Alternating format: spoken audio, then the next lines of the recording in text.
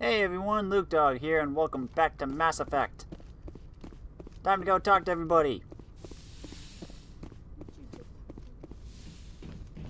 Presley, anything to say? Yes, Commander? Speak freely, Presley. I want to know if you have a problem with non-humans. I trust you, Commander. If you think they belong here, then so do I. How did you end up assigned to the Normandy?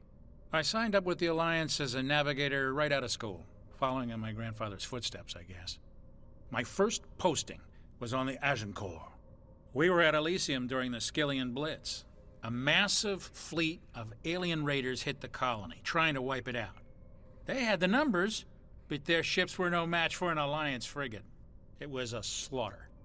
We couldn't even keep track of how many ships they lost. How'd you end up on the Normandy? I got my officer's commission after Elysium. Must have made an impression on the right people. Captain asked for me when he was picking his crew. Carry on, Presley. Yes, sir.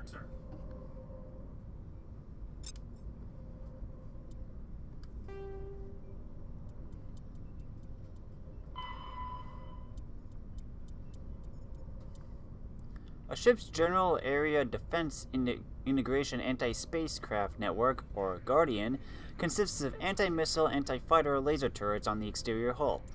Because these are under computer control, the gunnery control officer needs to do little beyond turn the system on and designate targets as hostile. Since lasers move at light speed, they cannot be dodged by anything moving at non-relativistic speeds. Unless the beam is aimed poorly, it will always hit its target. In the early stages of a battle, the Guardian fire is 100% accurate. It is not 100% lethal, but it doesn't have to be. Damaged fighters must break off for repairs. Lasers are limited by diffraction. The beam spreads out, decreasing the energy density, watts per M2, the weapon can place on a target. Any high-powered laser is a short-range weapon. Guardian networks have another limitation: heat. Weapons-grade lasers require cooldown time, during which heat is transferred to sinks or radiators. As lasers fire, heat builds within them, reducing damage, range, and accuracy. Fighters attack in swarms. The first few will be hit by Guardian, but as battle continues, the effects of laser overheat allows the attackers to press even closer to the ship. Constant use will burn out a laser. Guardian lasers typically operate in infrared frequencies. Shorter frequencies would offer superior stopping power and range, but degradation of focal arrays and mirrors would make them expensive to maintain, and most prefer mechanical reliability over bleeding-edge performance where lives are concerned. Solarians, however, use near-ultraviolet frequency lasers with 6 times the range, believing that having additional time to shoot down incoming missiles is more important. Lasers are not blocked by the kinetic barriers of capital ships. However, the range of lasers limits their use to rare knife-fight range ship-to-ship combat. Good to know.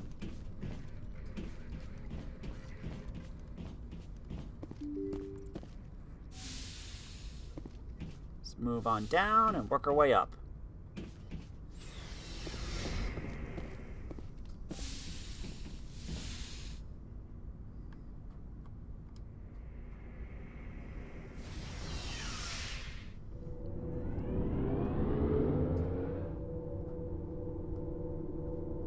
This must be a really big and heavy elevator.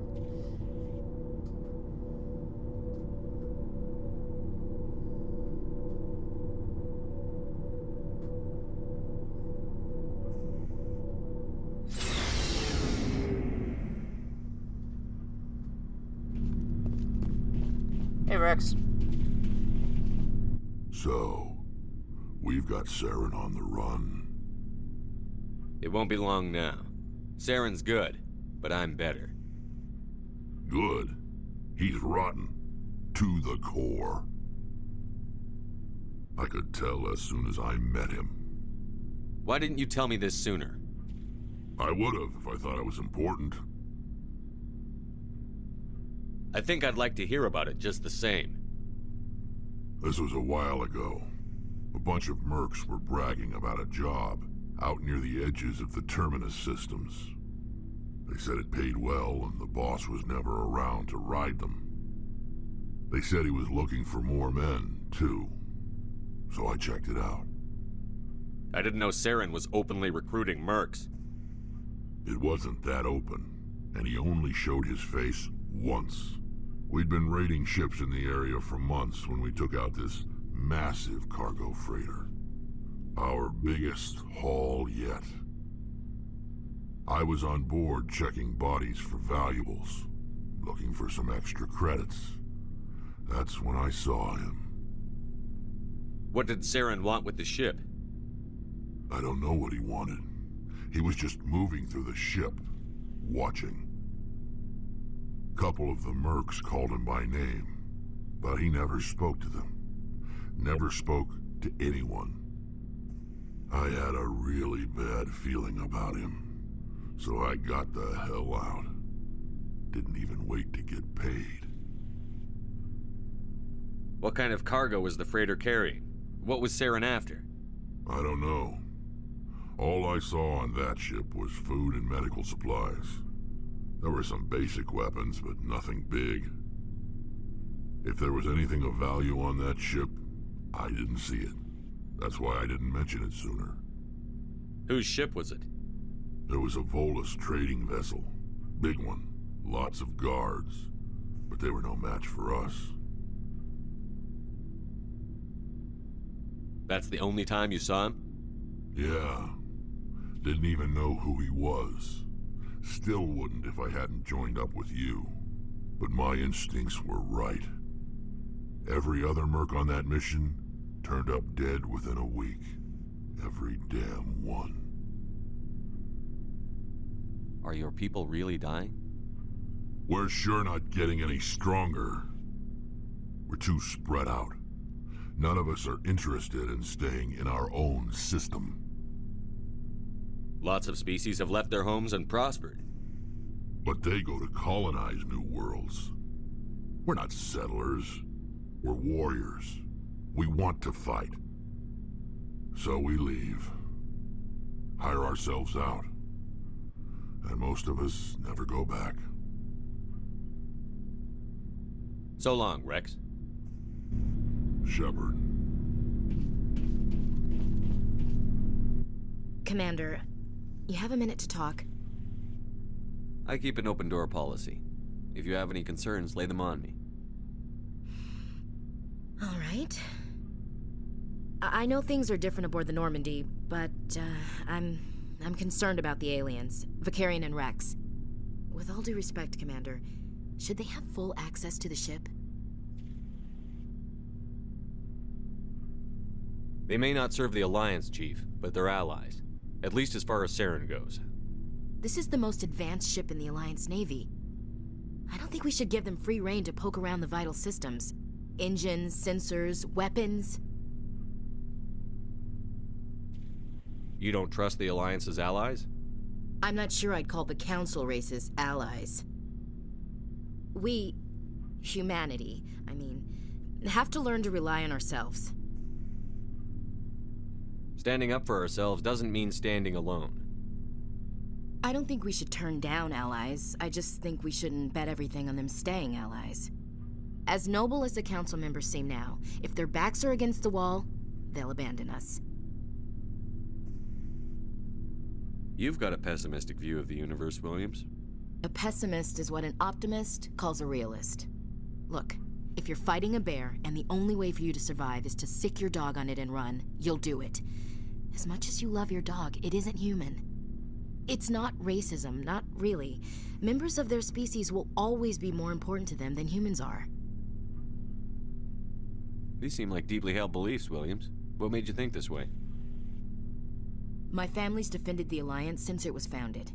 My father, grandfather, great-grandmother, they all picked up a rifle and swore the oath of service. I guess we just tend to think of Earth's interests as our own. It doesn't sound like you've worked with aliens before. No, sir. Mainly I've been groundside, part of the surface garrison forces. I did get a rotation on a space station for training. Every Marine a rifleman, every rifleman ZG certified. That's odd. Your record is spotless and your technical scores are exemplary. You should be serving with the fleet. Anyway, that's why I haven't served with many aliens, Commander. I come from a military family too. My parents were both Navy. Anybody in your family we might know? Couldn't say, Commander. We probably have a lot in common. You join up to carry on the tradition?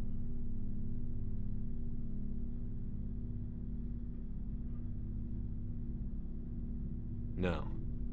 The future of humanity is out here. There's so much we haven't seen yet. Yeah. I still remember my first field exercise on Titan. When we hit mud, the reality hit me. I'm the first person who ever stood here. Then my drill instructor kicked me in the ass. I went face first into the muck. He spent the next 5 minutes chewing me out for gold bricking. Don't tell me you had Gunny Ellison. He's the only one I know who uses that word to describe shirking duty. Oh, Lord. You went to the Macapog boot camp, too? Yeah. Gunny Ellison's still reaming out recruits down there. Kicking ass and using words like inveigle and pusillanimous.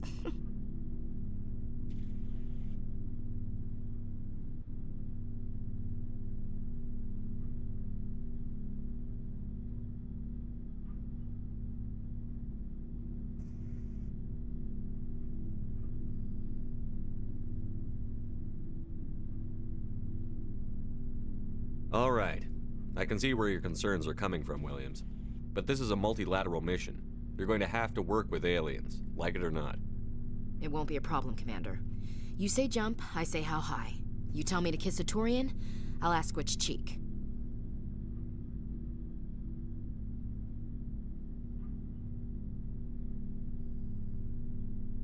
Would you kiss anyone I ordered you to? That depends, sir. If you ordered me to kiss a superior officer, that would be a violation of the regs concerning fraternization. That would make it an illegal order. I'd be required to decline and relieve you of command. Sir. What's your opinion on the last mission? Not sure I buy Dr. Tassoni's story about her and her mom not talking. They're family, right? I think she's being straight with us. Or at least, I don't think she lies very often. Yeah, she's probably really bad at it. Too bad those ruins got destroyed. I mean, they lasted thousands of years. That's impressive. We'll talk later, Williams. Looking forward to it, sir.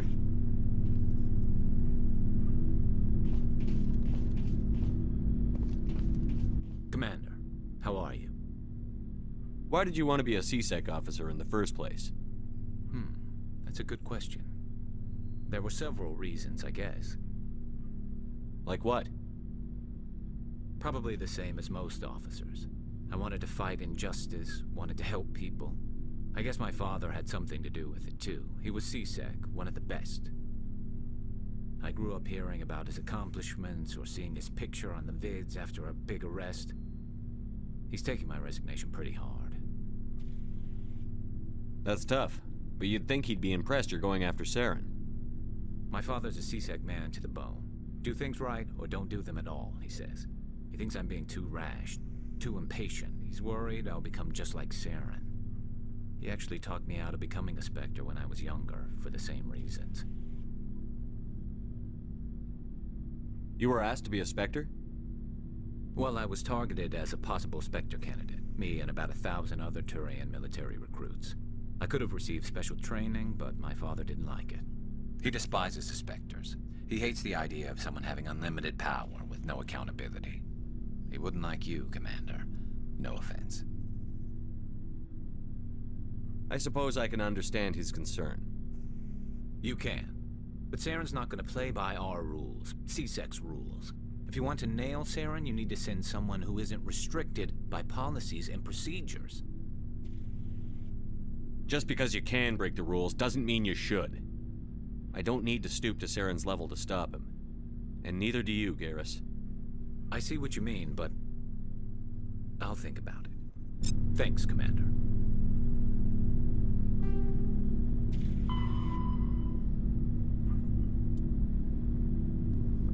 While Turians are individuals with personal desires, their instinct is to equate the self with the group, and set aside personal desires for the good of all.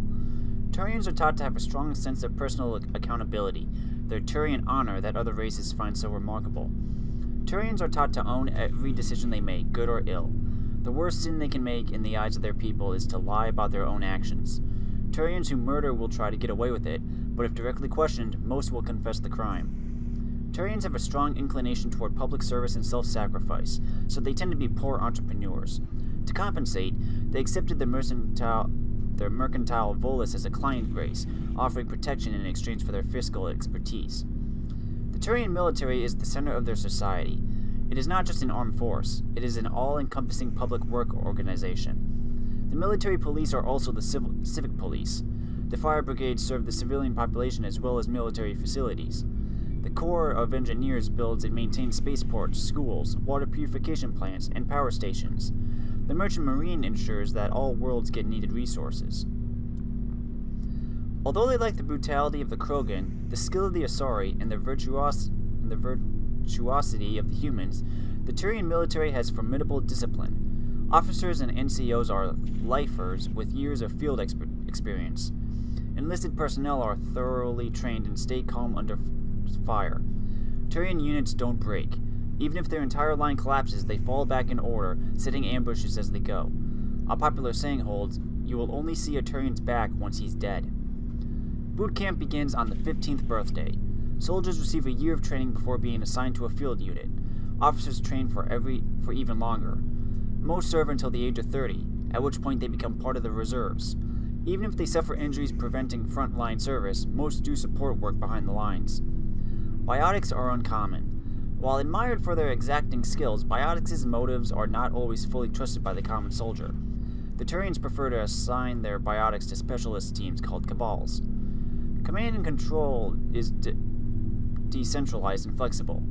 Individual squads can call for artillery and air support. They make extensive use of combat drones for light duties and practice combined arms. Infantry operates with armor, supported by overhead gunships.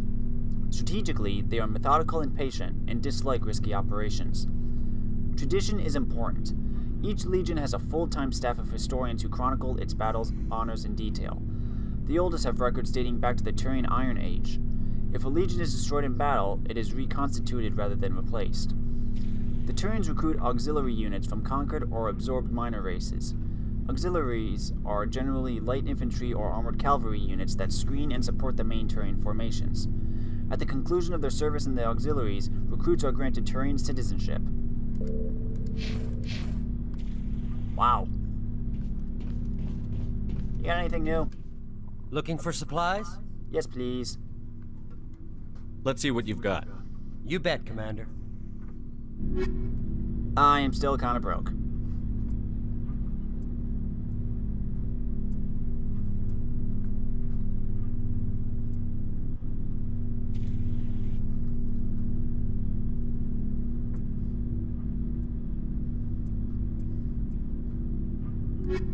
I'll wait for later. Let's go talk to Tally.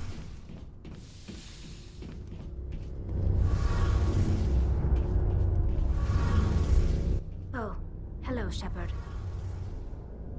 Are you okay? I don't know. Your ship is amazing, and your crew's been really great to me, especially your chief engineer. But I just sort of feel out of place. The Normandy runs so smooth it feels like we're not even moving, and the engines are so quiet. How do you sleep at night? The silence wakes you up? Back on the flotilla, the last thing you want to hear is silence. It means an engine's died or an air filter shut down. I guess you don't have to worry about that here. But old habits die hard. But it's more than just the silence. This ship feels so empty. It's like half the crew is missing. Back home, I couldn't wait to go on my pilgrimage. I couldn't wait to get away from the crowds. Now that I'm out here, I kind of miss them. Sometimes we don't appreciate what we have until it's gone. That's true. I'm starting to wonder if that's what the pilgrimage is really about. It's given me a whole new perspective on my people and our culture. You know, there's always a few who go on their pilgrimages and never return. I always assumed something bad happened to them, but maybe they just wanted a different life. You do plan to return to the migrant fleet, right? I could never abandon my people, Shepard. I will go back eventually, but we have to stop Saren first. Otherwise, I might not have a home to go back to.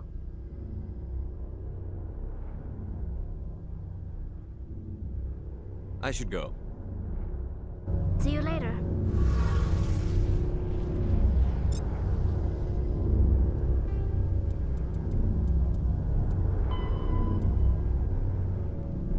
As positive or negative electric current is passed through an FTL drive core, it acquires a static electrical charge. Drivers can be operated an average of 50 hours before they reach charge saturation. This charge proportional to the magnitude of mass reduction. A heavier or faster ship reaches saturation more quickly. If the charge is allowed to build, the core will discharge into the hull of a ship. All ungrounded crew members are fried to a crisp, all electronic systems are burned out, and metal bulkheads may be melted and fused together. The safest way to discharge a core is to land on a planet and establish a connection to the ground, like a lightning rod. Larger vessels like dreadnoughts cannot land and must discharge into a planetary magnetic field. The ship passes the charge from the drive core to the exterior armed hull, then dives into the magnetic field. As the hull discharges, sheets of lightning jump away into the field, creating beautiful auroral displays on the planet. The ship must retract its sensors and weapons while dumping charge to prevent damage, leaving it blind and helpless. Discharging at a moon with a weak magnetic field can take days. Discharging into the powerful field of a gas giant may require less than an hour. Deep space facilities such as the Citadel often have special discharge facilities for visiting ships. Something I can do for you, Commander. Carry on, Adams. Aye, aye, Commander. Okay, time to head up.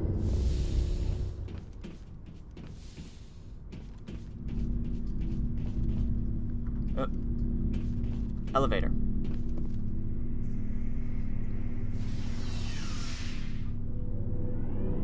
Going up.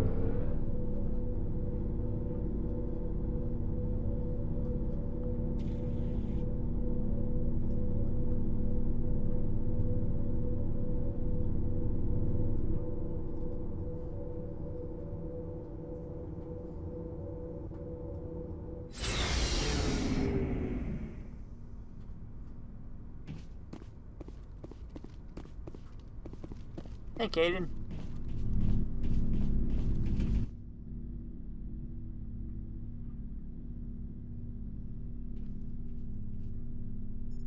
Anything you need, Commander? What's your opinion on the last mission? Dr. Tassoni. Seems like a sweet girl. Easy on the eyes. I mean, if you like the bookish sort. Any intentions there, Lieutenant? No, Commander. Just art appreciation. Just trying to get a sense of where the crew's at. Thoughts? Is this an official evaluation, Commander? Or off the record?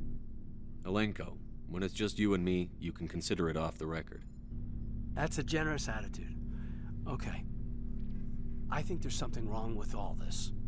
This Saren is looking for records on some kind of galactic extinction, but we can't get backup from the Council? Sorry, Commander. There's writing on the wall here, but someone isn't reading it. The Council doesn't want to believe anything's wrong. I'd call it human nature, but... I hear you. It just seems like a group that's been around as long as the Council should see this coming. Sorry if I got too informal. Protocol wasn't a big focus back in Bot. Tell me about it. Biotic acclimation and temperance didn't last past the airlock. To the kids they hauled in, it was brain camp. Sorry, hauled in is unkind. We were encouraged to commit to an evaluation of our abilities so an understanding of biotics could be compiled. There are worse results of accidental exposure to element 0 in the womb. Beats the brain tumors some kids grew up with. Is there some question about how you were exposed? My mother was downwind of a transport crash. It was before there were human biotics, a little after the discovery of the Martian ruins. It only gets iffy around 63 when Kinetics was running out of first-gen subjects. Until then, they'd relied on accidentals. A bunch of guys in suits show up at your door after school, and next thing you know, you're out on Jump Zero. Jump Zero is Gagarin Station, right? What's it like?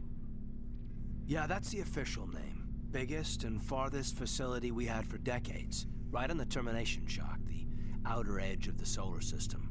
It's where they did all the Goose Chase FTL research before we caught on to using mass effect fields. It was a sterile research platform when I was there. There were other kids in the same boat, right? At least you weren't alone out there. That's true. We did have a little circle that'd get together every night before lights out. We didn't have much to do, though. It was a research platform then, and Kinetics kept Jump Zero off the extranet to prevent leaks. Then you must have had plenty of time to get to know each other. Yeah, we'd sit around and bull every night after dinner, play cards or network games. There was this girl named Rana, who had a little circle grow up around her. She was from Turkey. Her family was very rich. But she was smart and charming as hell.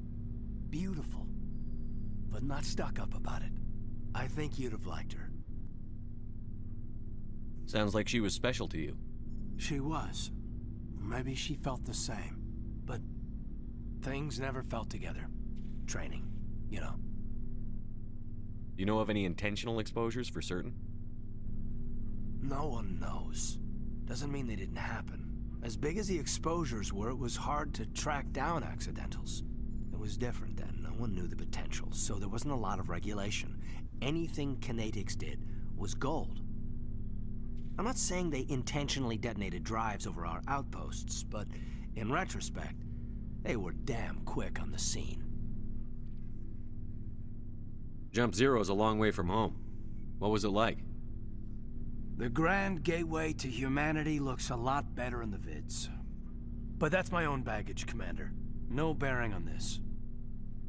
Alenko, there's no regulation that says you can't be friends with your commander. I appreciate that, Commander. I just don't want you to think that I'm a whiner. Besides, I've got my past squared away.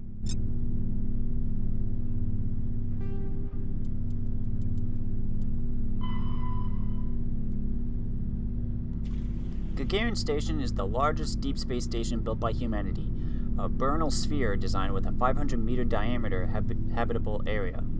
It was constructed beyond Pluto, nearly 80 astronomical units, or 12 billion kilometers, from Sol. Moving crew and material to this location bankrupted most of the backers. Gagarin was placed at the inner edge of the Helios pause, the point at which the solar wind can no longer push back the interstellar medium. It was built to test a number of faster-than-light drive principles that theoretically could only occur in interstellar space. The station was nicknamed Jump Zero, as it was intended to be the jumping-off point for humanity's expansion into the galaxy. Shortly after the station was completed, the Prothean ruins were discovered on Mars, rendering the entire effort moot. After struggling to make a profit for a decade, Gagarin was sold to the Systems Alliance in 2159 for a fraction of its construction costs. The Alliance refurbished it as a research and training center for the recently discovered biotic phenomenon.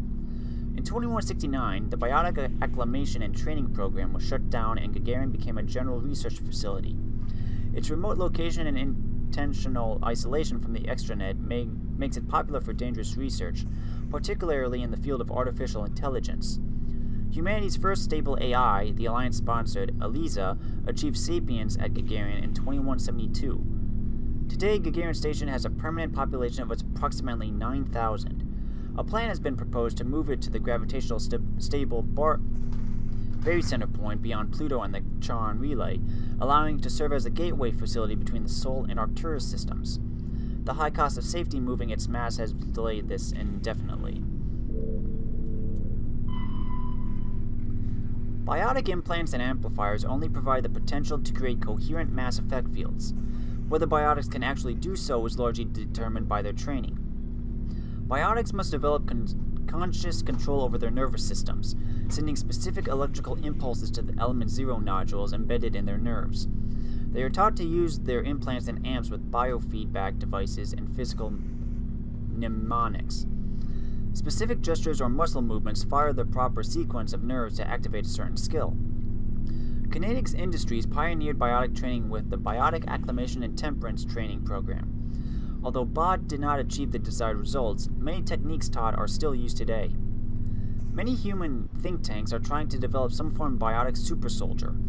Most are benign efforts to create more flexible troops. Others, less publicly known, are unapologetic attempts to create Nietzschean Supermen.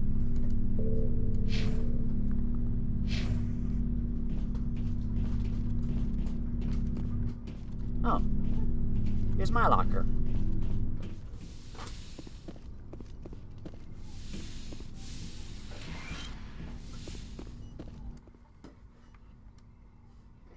Yes, Commander? Is there something you need? I was gonna say, do you not have any sound? I should go. Goodbye, Commander. Let's go talk to Liara.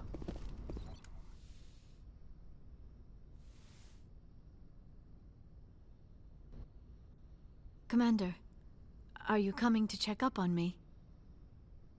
You look much better. How are you feeling? Dr. Chakwas assures me I am going to be fine.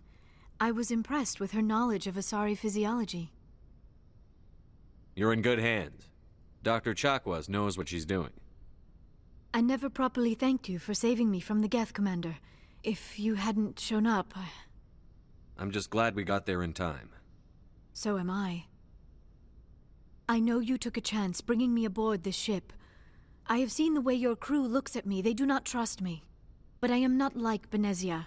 I will do whatever I can to help you stop Saren. I promise. Don't worry, Liara. I trust you. I know you won't let me down. It means a lot to hear you say that, Commander. Thank you. Do you know why Benezia joined up with Saren? I don't understand it. She was always outspoken about the need for the Asari to become more involved in shaping galactic events. Maybe she thought allying herself with Saren would somehow be for the greater good in the long run. At least I hope so. This hurts you, doesn't it? None of this makes any sense to me. I have not spoken to Benezia in many years, but I know her, and this was not like her. Something changed. I'd like to know more about the Asari. We were the first species to discover the Citadel. We were instrumental in forming the Council, and we always strive to be the voice of peaceful cooperation in galactic disputes. My people believe we are all part of a single galactic community. Each species contributes something to the greater whole. Although we seek to understand other species, it seems few of them seek to understand us. The galaxy is filled with rumors and misinformation about my people. Like what? Most of the inaccuracies are centered around our mating rituals. My species is monogendered. Male and female have no real meaning for us. We still require a partner to reproduce. This second parent, however, may be of any species and any gender. I don't understand. Your species can mate with anyone? Mating is not quite the proper term, not as you understand it. Physical contact may or may not be involved, but it is not an essential element of the union. The true connection is mental. Our physiology allows us to meld with other beings. We can touch the very depths of their minds. We explore the genetic memory of their species. We share the most basic elements of their individual and racial identities. We then pass these traits on to our daughters.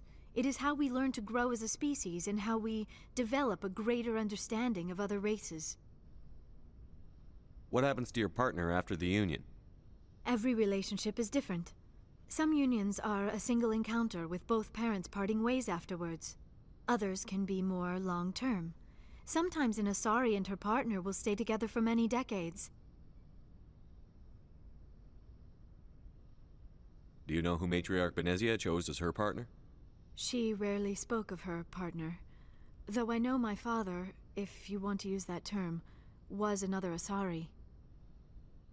Benezia never told you her partner's name? Union with our own kind is no longer common, not for the purposes of reproduction. Most Asari believe it weakens our species.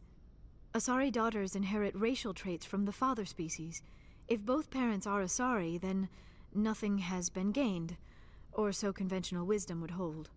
I am what is sometimes called a pureblood, though no Asari would ever be cruel enough to say the word to my face. It is a great insult among my people. It is possible Benezia's partner was embarrassed by their union. She may have been too ashamed to publicly acknowledge me as her offspring. Maybe she wanted to meet you but couldn't. Something could have happened to her. Maybe she passed away. You might be right. I hope you are. But I have no way to know for sure. Benezia never spoke of her partner. Whatever happened, it caused her too much pain to dwell on it. She raised me by herself, though that is not uncommon. Many Asari raise their children alone, particularly if the father species is short-lived. Often the partner will pass on long before the child reaches maturity.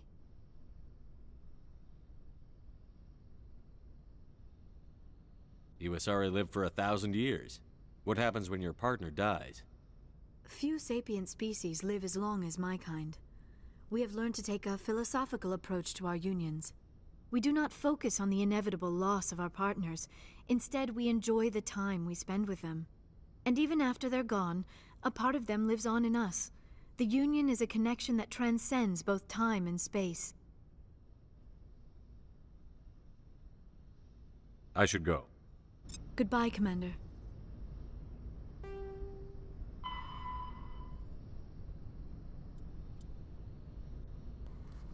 Because of their long lifespan, Asari tend to have a long view not common in other races. When they encounter a new species or situation, the Asari are more comfortable with an extended period of passive observation and study than immediate action. They are unfazed that some of their investments or decisions may not pay off for decades or centuries. Matriarchs can seem to make incomprehensible decisions, but their insight is evident when their carefully laid plans come to fruition. In interstellar relations, this long view manifests in an unspoken policy of centrism. The Asari instinctively seek to maintain stable balances of economic, political, and military power. Traditionally, Asari spread their influence through cultural domination and intellectual superiority. They invite a new species of advanced development to join the galactic community, knowing that their ideals and beliefs will inevitably influence the existing culture.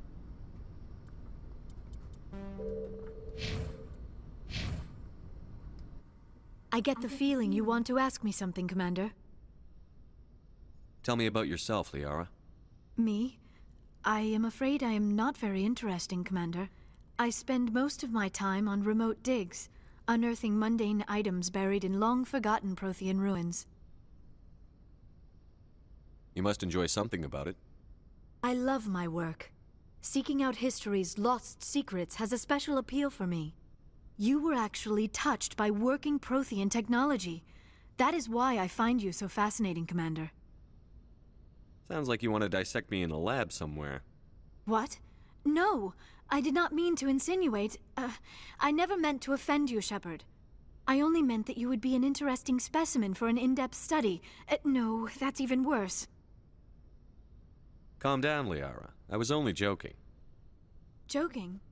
Oh, by the goddess, how could I be so dense? You must think I am a complete and utter fool. Now you know why I prefer to spend my time in the field with data disks and computers. I always seem to say something embarrassing around other people. Please, just pretend this conversation never happened. I should go.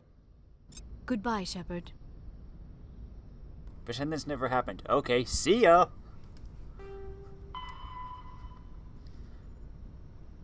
The beacon was a Prothean artifact unearthed on the Alliance colony of Eden Prime. Its resemblance to the Prothean databanks recovered on Mars provoked immediate interest from the Alliance and the Citadel Council. It proved to be a solid-state data storage device, part of a galaxy-spanning comm network similar to the modern extranet. Intact Prothean paleotechnology is rare. The beacon seemed to promise another discovery of the mass effect drive and relays. Unfortunately, the beacon also drew the attention of the rogue Spectre Saren Arterius and his synthetic allies, the Geth. A dawn raid by his flagship Sovereign resulted in hundreds of civilian casualties. The beacon was badly damaged. The motives behind the attack are still being investigated. During the recovery operation, the beacon fired a pulse of energy at the executive officer of the Alliance frigate Normandy. Lieutenant Commander Shepard survived and appears to have suffered no ill effects. Afterward, the beacon fell inert. The mechanism appears to be dead. It wasn't my fault.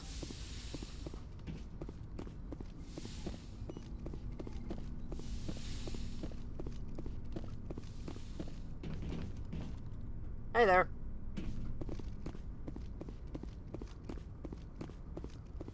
Okay, just one more person to talk to.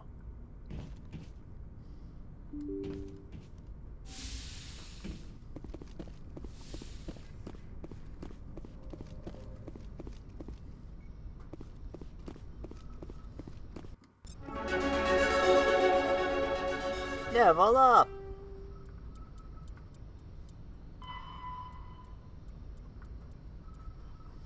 Dispersal of heat generated by onboard systems is a critical issue for a ship.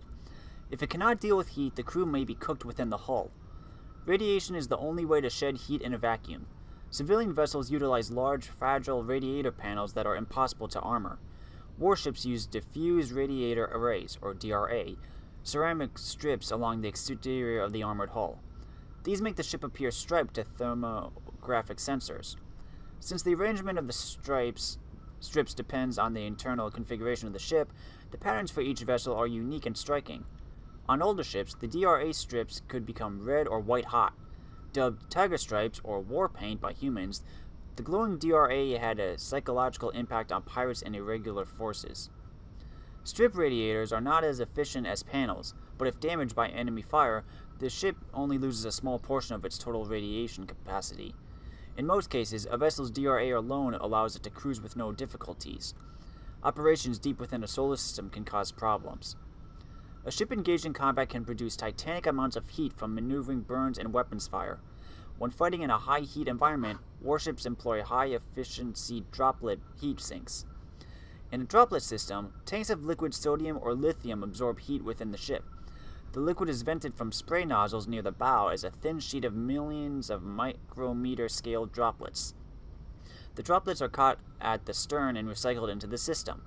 A droplet system can sink 10 to 100 times as much as any heat as DRA strips. Droplet sheets resemble a surface ship's wake through the water. The wake peels out in the sharp turns, spreading a fan of droplets as the ship changes vectors and leaves the coolant behind. Oh yeah, level up. I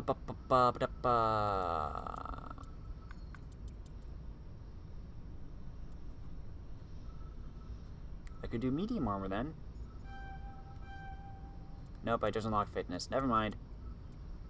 Although this does increase my health.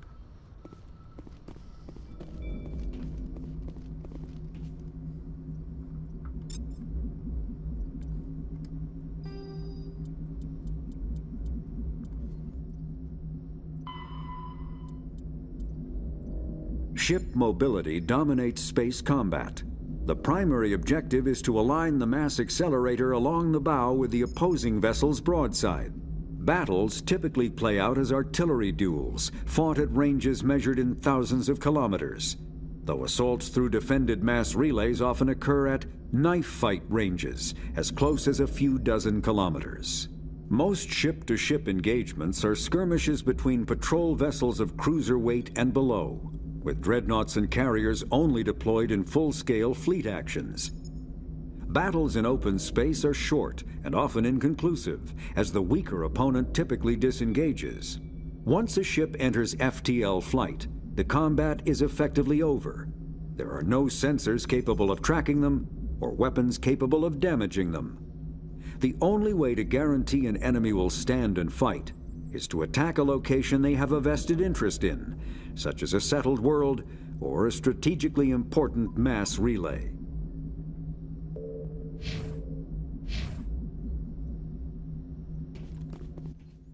I prefer gold to silver, you know, for my medal. I figured you'd recommend me for one since I pulled your boots out of the fire. If we present you with a medal, you'll end up sitting on stage listening to politicians make speeches for a couple of hours. Fun, fun. That's a good point. They'd probably make me shave, too. I spent the last 7 weeks working on this baby. No medal's worth that. So, Commander, why don't you tell me why you're really here?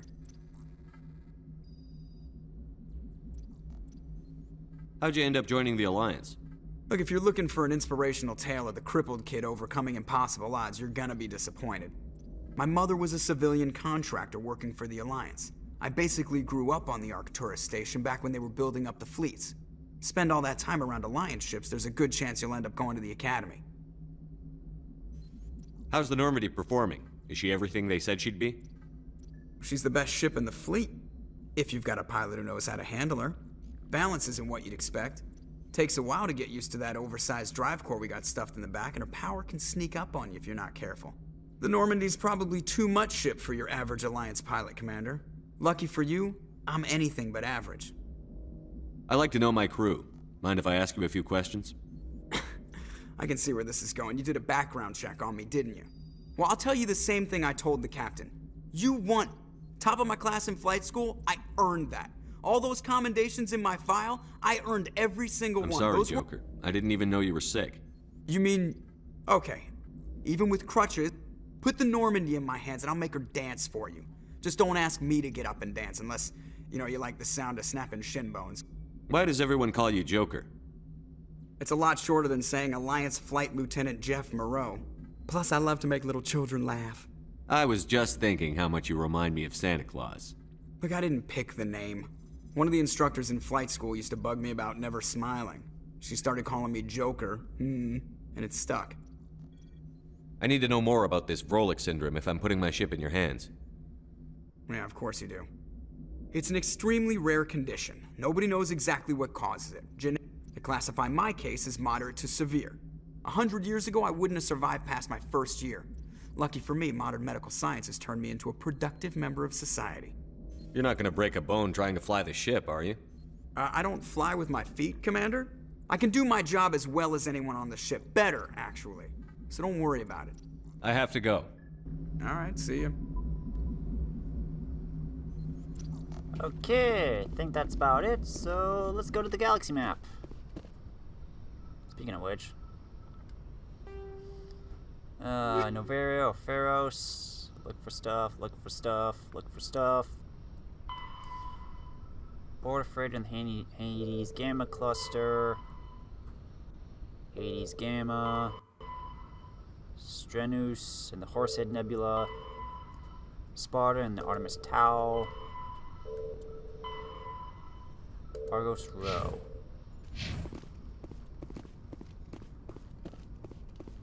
Okay, where should we go?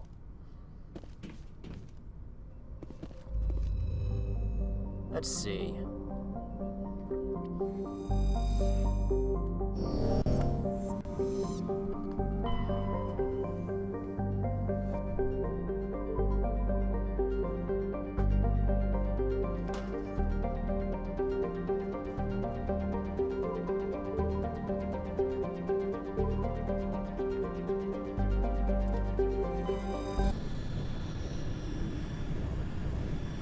Let's go to Sparta.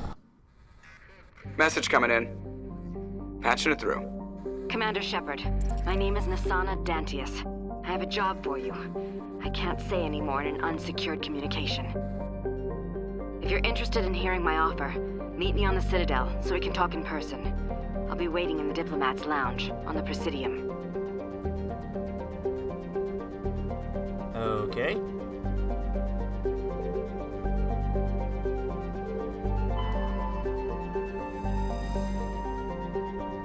Tremanre is the dwarf planet composed of light magnesium silicates with deposits of aluminum. Its surface is covered by wide swaths of ancient dark basaltic lava, possibly indicating the world was created through an impact with some other body in the system. Tremanre's magnetic field is non-existent. This makes it impossible for ships to dump drive charge from orbit. That said, Tremanre's minuscule gravity allows even cruiser-sized vessels to land safely for direct grounding. No, dang it. Not press circle, press square.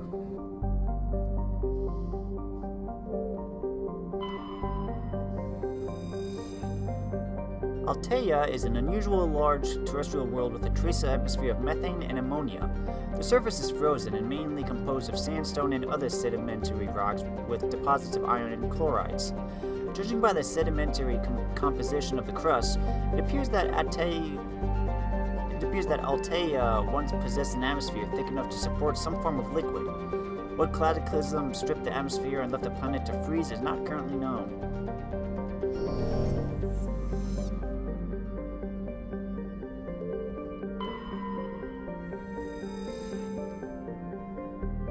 Antamalka is a large hydrogen-helium gas giant with traces of chlorine and sulfur in the atmosphere. Its massive gravity well tugs many asteroids from the outer belt inward, past the orbit of Antaea and Daedalus, and eventually settles into the inner belt. Antamalka's orbit is congested with hundreds of captured moons. Most last only a few thousand years before being ejected, dragged down into the atmosphere, or ripped apart by tidal forces and added to the gas giant's immense rings. Attempting to navigate this chaotic environment is hazardous at best. Ships without military-grade kinetic barriers are likely to suffer catastrophic impacts. Scans from orbit have detected a large concentration of hydrogen. Dang it, wrong button!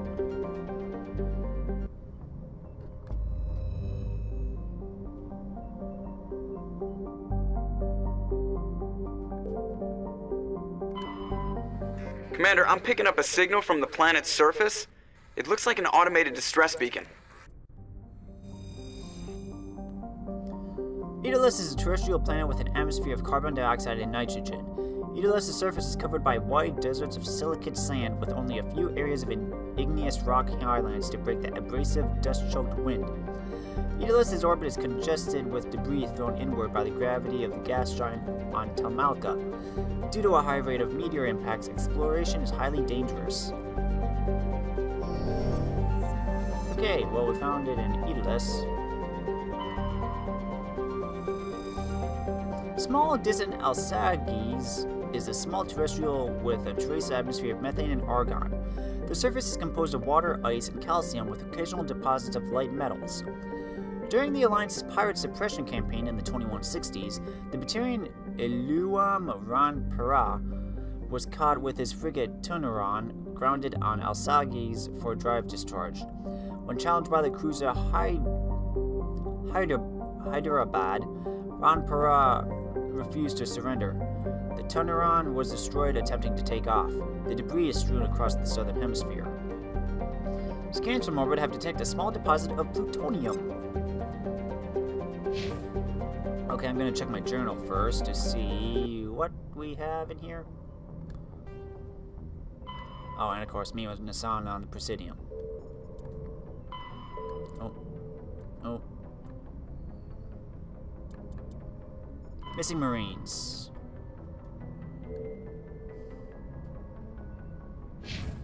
Okay. Let's go save some Marines then.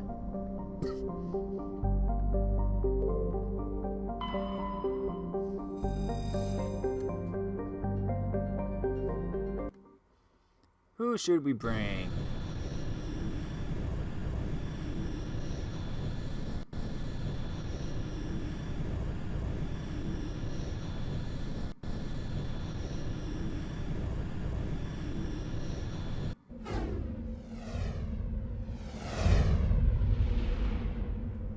What's with that noise?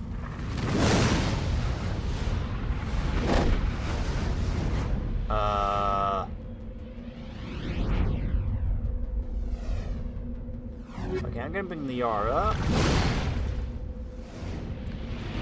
How about we bring Garrus? What the heck is going on out there?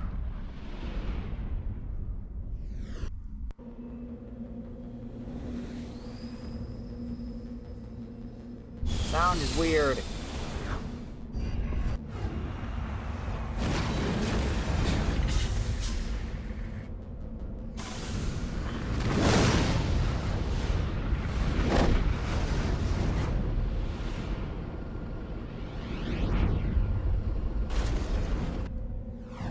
Okay, squad. First up.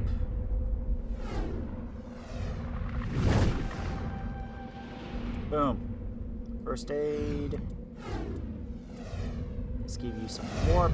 Damages all nearby enemies and objects and makes them more vulnerable to further damage. Barrier. Biotic barrier to your shields.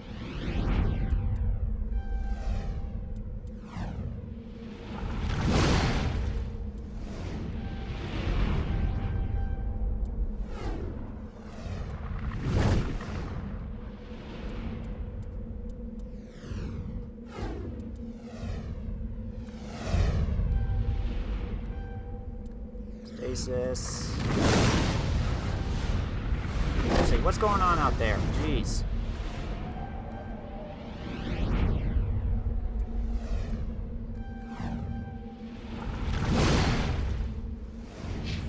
Here, wow, you got 8. Okay. Boom.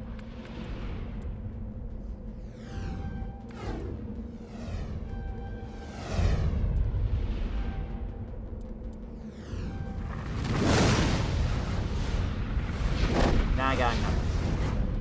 Okay, Liara. Oh. I'll give you the Banshee 3. Armor. You got Guardian 2. That's fine. No, you got Gladiator 1. Do you? Got no biotic amps.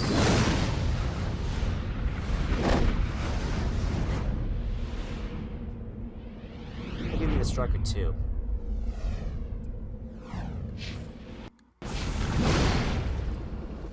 Okay, map. What do we got? Got debris, stress signal, and anomaly.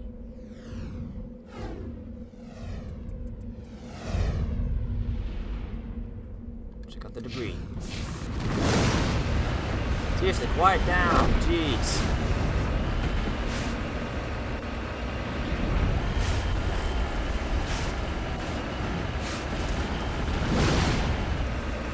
Go, Mako, go.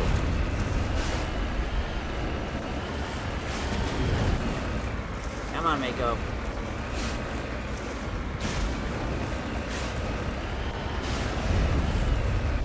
Go, go, go, go, go!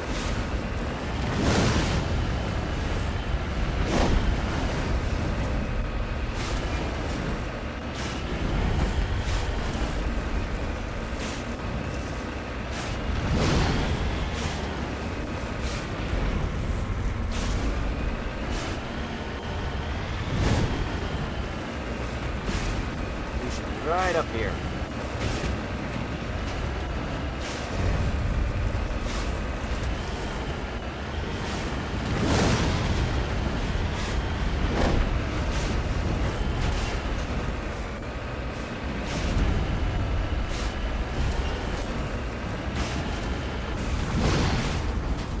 There it is.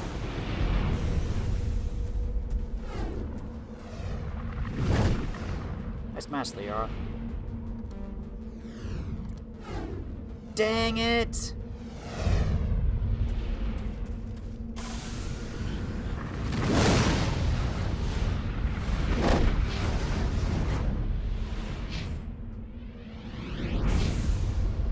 Ugh.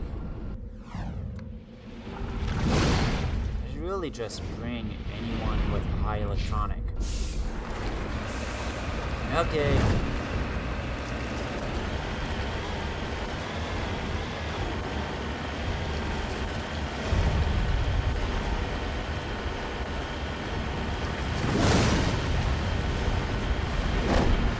And this base gets pelted with asteroids.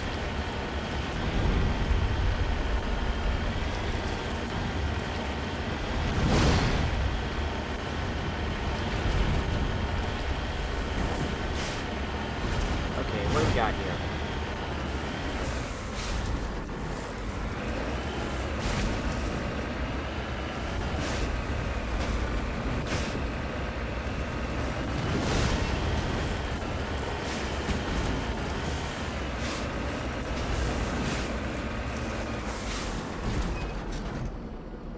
Oh, there it is.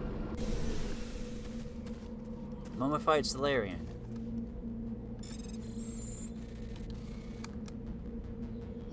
Dang it,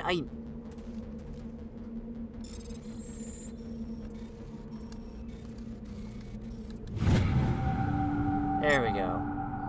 Captain Milan's identification tag. How it ended up here is impossible to know for sure.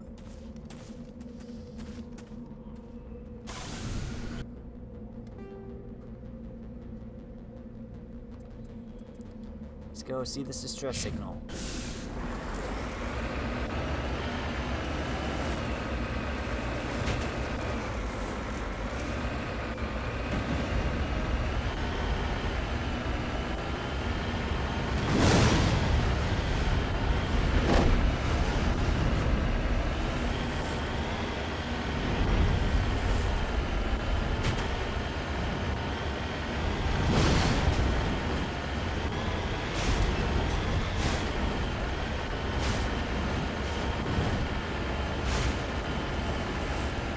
but I should really check to see who has high electronics.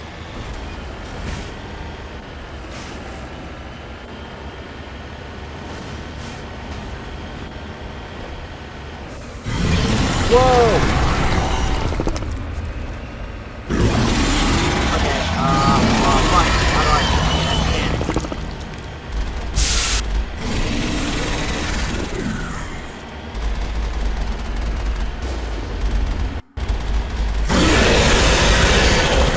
Pressure them all.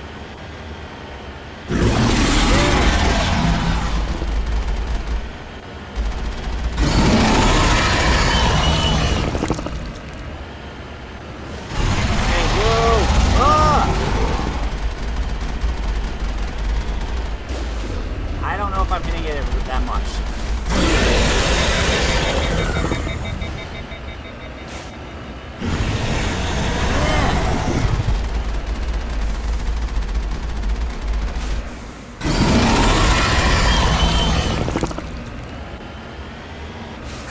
Whoa!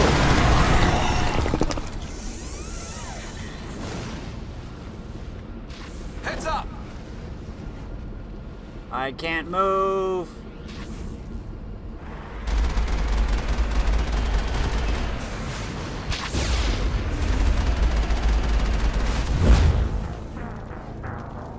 Dang!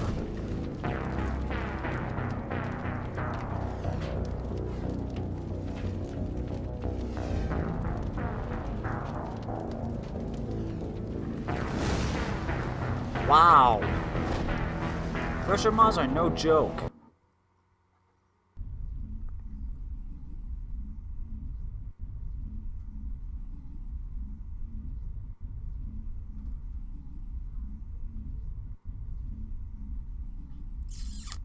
Okay. Where are you gonna send me back to?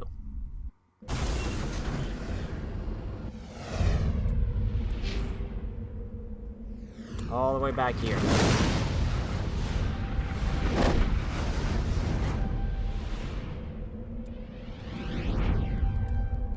Let's give you a whole bunch of electronics.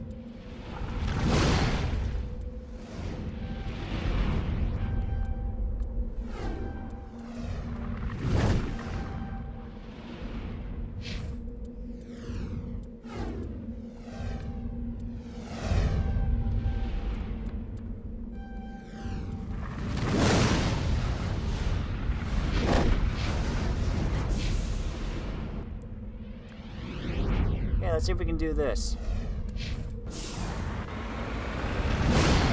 See if we don't die this time. Go up.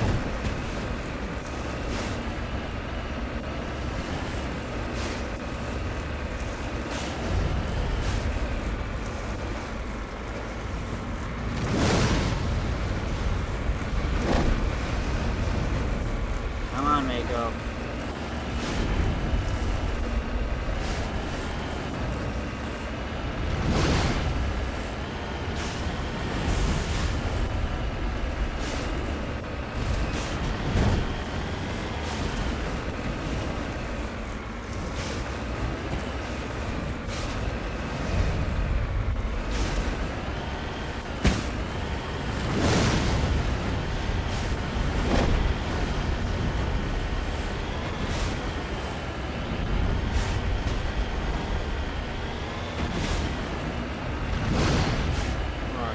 There you are.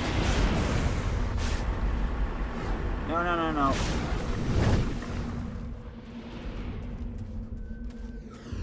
See if this works now.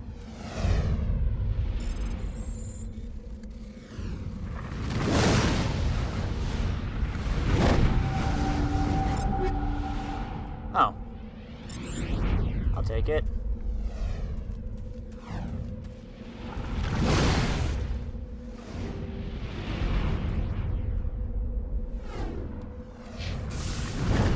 Go to the anomaly.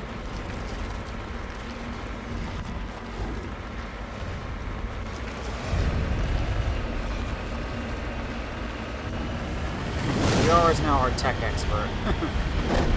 We are the sorry paleontologist is the tech expert of the group. Sorry, Tally.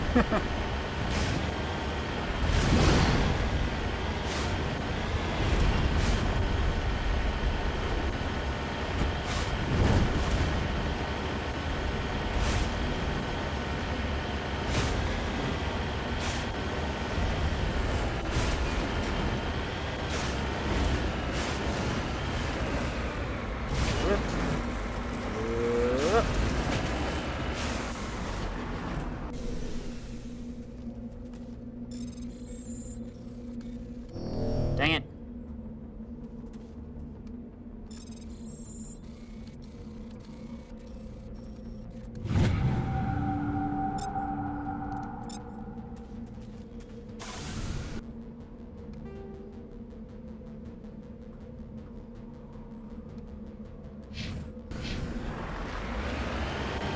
Okay.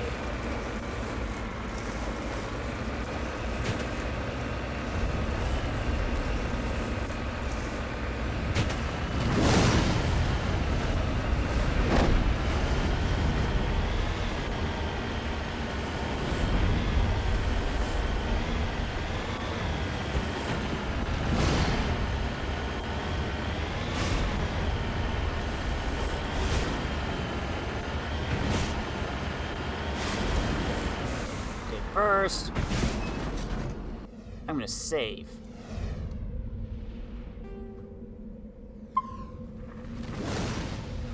Just in case.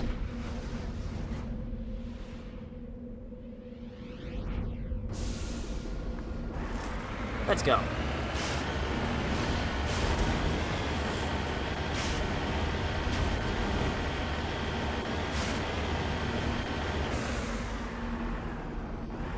Where are you?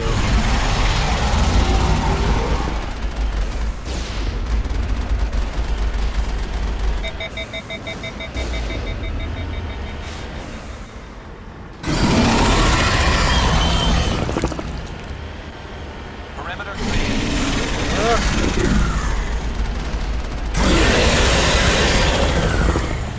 Just keep moving. Just keep moving. Hey, oh boy.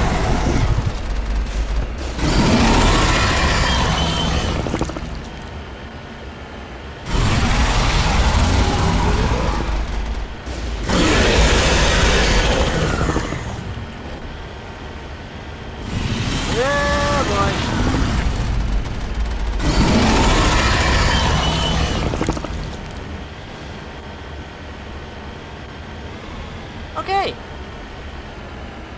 Okay.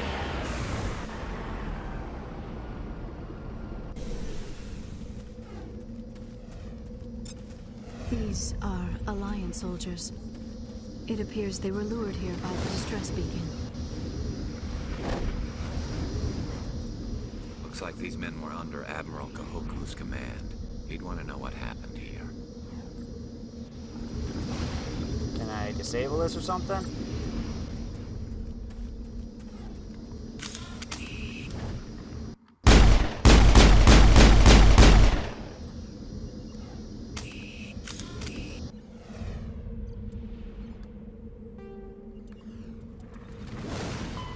Speak to Kahoku.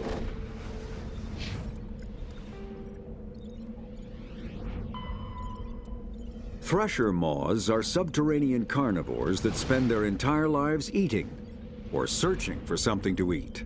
Threshers reproduce via spores that can lie dormant for millennia, yet are robust enough to survive prolonged periods in deep space and atmospheric re-entry. As a result, thresher spores appear on many worlds, spread by previous generations of space travelers. The body of a thresher never entirely leaves the ground. Only the head and tentacles erupt from the Earth to attack. In addition to physical attacks, threshers have the ability to project toxic chemicals and emit bursts of infrasound as a shockwave weapon. The Alliance first encountered threshers on the colony of Akuz in 2177. After contact was lost with the Pioneer team, Marine units were deployed to investigate. The shore parties were set upon by hungry threshers, and nearly the entire assault force was killed. Alliance forces recommend engaging Threshers with vehicle-mounted heavy weapons. Oh, why did it have to mention a coos?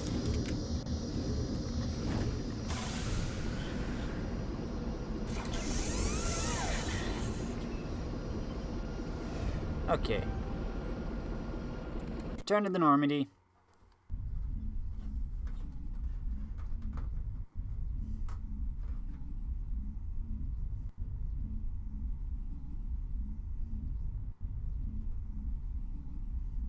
Okay. Well, that was interesting.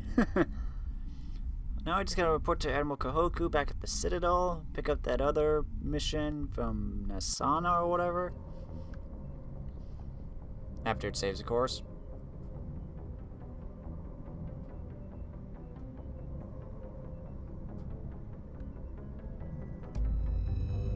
In fact, why don't we stop by the Citadel now?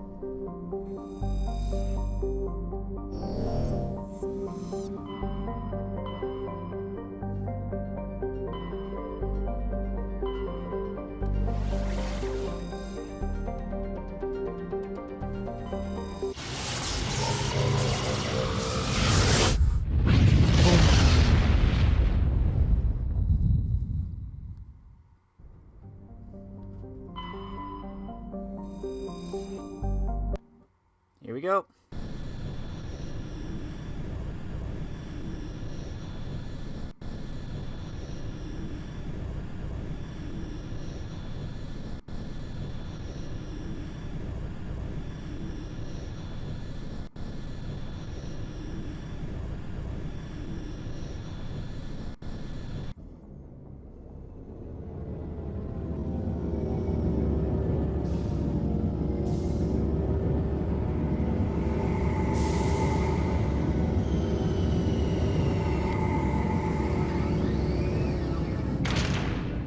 Perfect parking, Joker.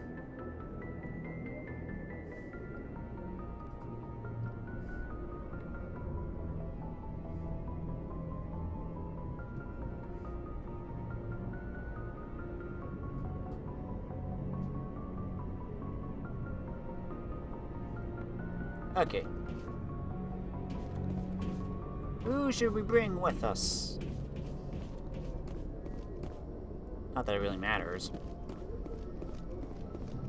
At least I hope it doesn't.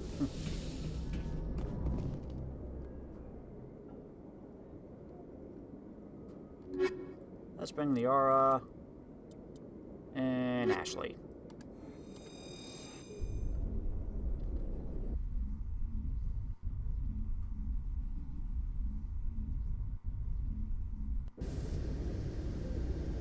Equalizing interior pressure with exterior atmosphere.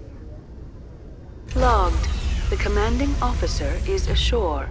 Exo Presley has the deck.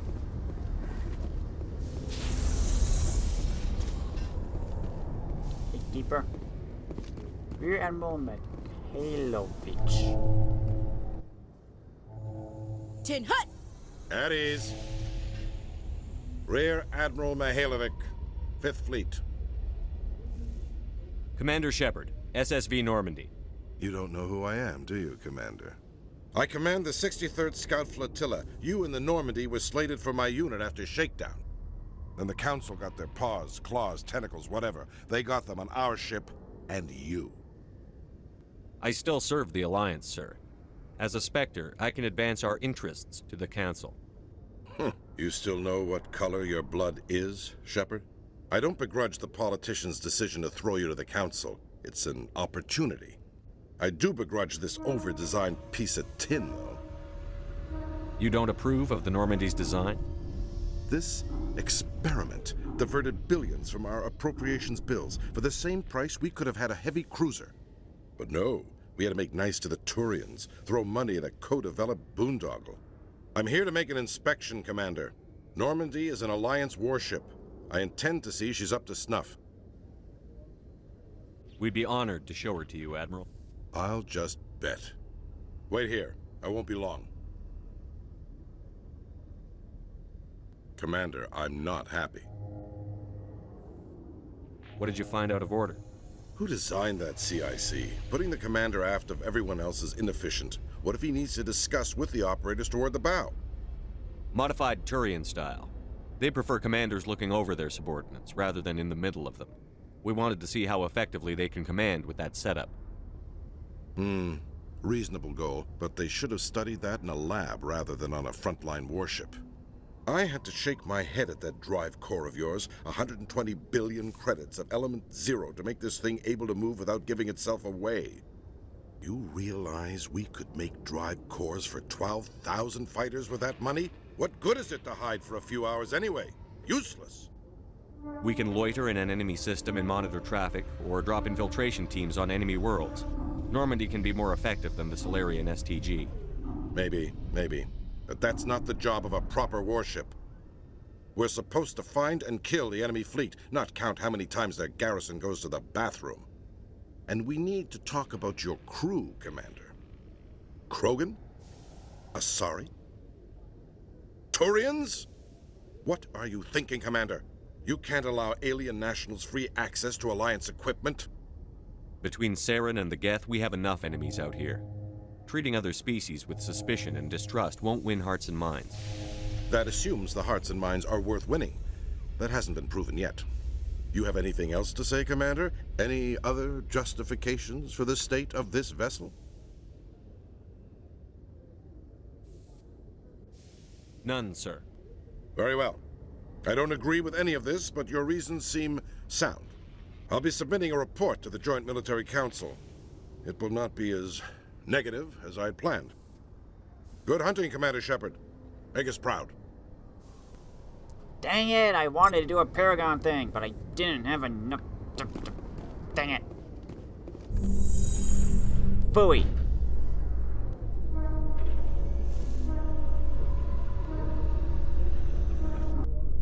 Alliance officials have raided a dangerous cult controlled by a former Alliance officer, Major Kyle. Major Kyle surrendered and is now being treated for severe post-traumatic stress disorder.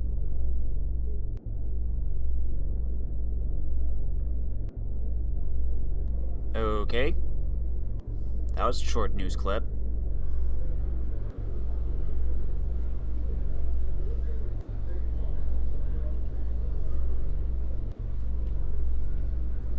So, how's everyone been?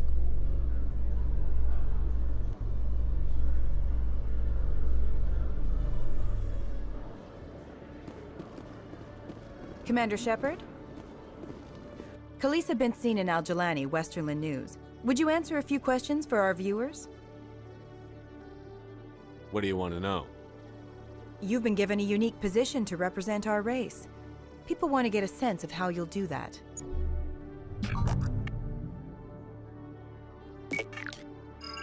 Humans have been trying to get the respect of the galactic community for 26 years. With that in mind, what are your feelings on being the first human Spectre? The Spectres represent the best of every species in the galaxy. To be asked to join them is an honor. Some have said your appointment is the Citadel throwing humans a bone. Have you encountered any situations where the Citadel asked you to place its needs before the needs of Earth? The Council is concerned with the needs of the whole galactic community. We're part of that community now. Our needs are on their agenda, but we're one of many. You really do believe that, don't you? You've been given command of an advanced human warship for your missions. Is there anything you'd like to say about it? Actually, the Normandy was co-developed by human and Turian engineers. Its design incorporates many innovations, all of which are classified, I'm afraid. So the Turians have knowledge of the Normandy that is being kept secret from the Alliance public? Do you think it was appropriate to hand Earth's most advanced warship over to the Citadel? I wasn't aware it had been handed over to anyone. I'm in command, and last I checked, I'm human. Same goes for my crew. Human, yes, but you do work for the Citadel now, Commander. One last question, Commander. Rumors back home say you're tracking a rogue Spectre named Saren. Do you have any comment on that?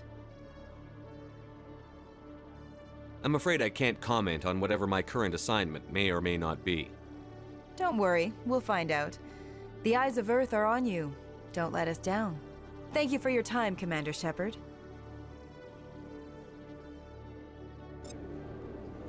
Hope I did well. Speaking of which, Ashley, you got 4 points.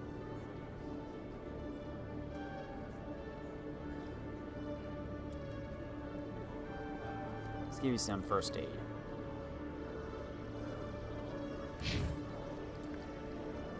Equipment.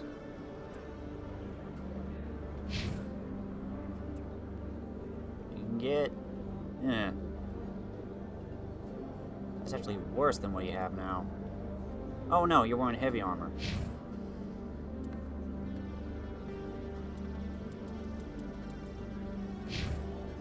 Okay, I'm gonna save here. And unfortunately, I'm gonna have to cut it right now.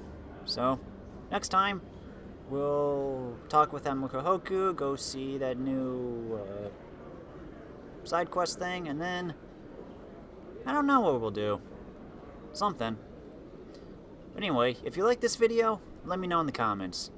If you really liked it, press that cute little like button. Thanks for watching, everybody.